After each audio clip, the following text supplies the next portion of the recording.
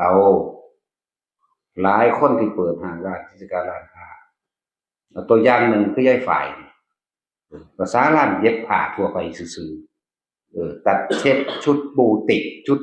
นักเรียนชุดนั่นซื่อตอนนี้มันเป็นยังไงบ้างหยิบน้ำกับว่าท่านนี่ตะหมองใหญ่ๆไปติดต่อกันบ่ล่ะการบินไทยไปติดต่อหยิบชุดพนักงานการบินมันน้อยกว่าบันพนักงานบันกรมทหารนั่นนี่เห็นบ่ชุดใน10ใน100ในพลในพันเขาไปฟาดเอาที่เราเป็นพันสุดคุณบัดนี่ท่านว่าบาท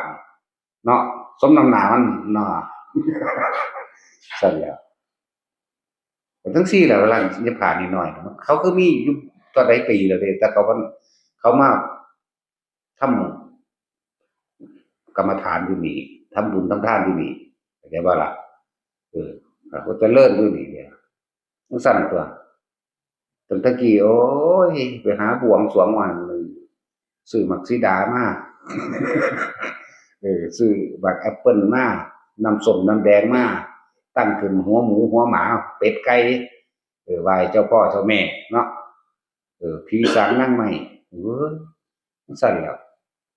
แต่เรามันนั่งจอบว่าคนที่เขามาสั่งหลังก็นอนเขามาตากผ้าเป็นไปสั่ง5 บาทมันสั่นแล้วมันก็มาเปลี่ยนความเห็นใหม่เลยเขาก็ฝึกของเขาเขาเฮ็ดของเขาเขาก็เจริญรุ่งเรื่องของเขา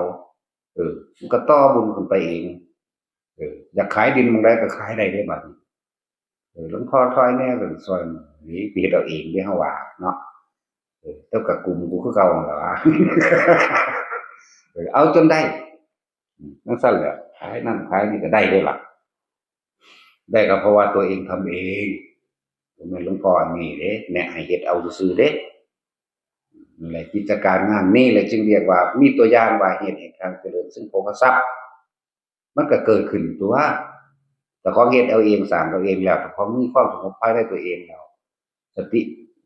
มันก็มีความระลึกได้ควรบ่ควรควรสิคมบ่คมปัญญาคือความรอบรู้ในกองสังขารการสิปรับปรุงแนวใดในกิจการปัญญาทางโลกก็มันก็คิดออกเพราะว่ามันมีหยังมีความสงบภายในตัวเองแล้วนั่นแหละ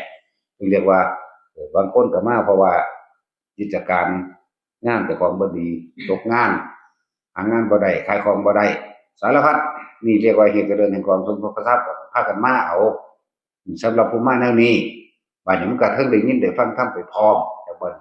มันก็เลยแยกออกควรวางจิตแบบใดงานนี่เขาทำเพื่อ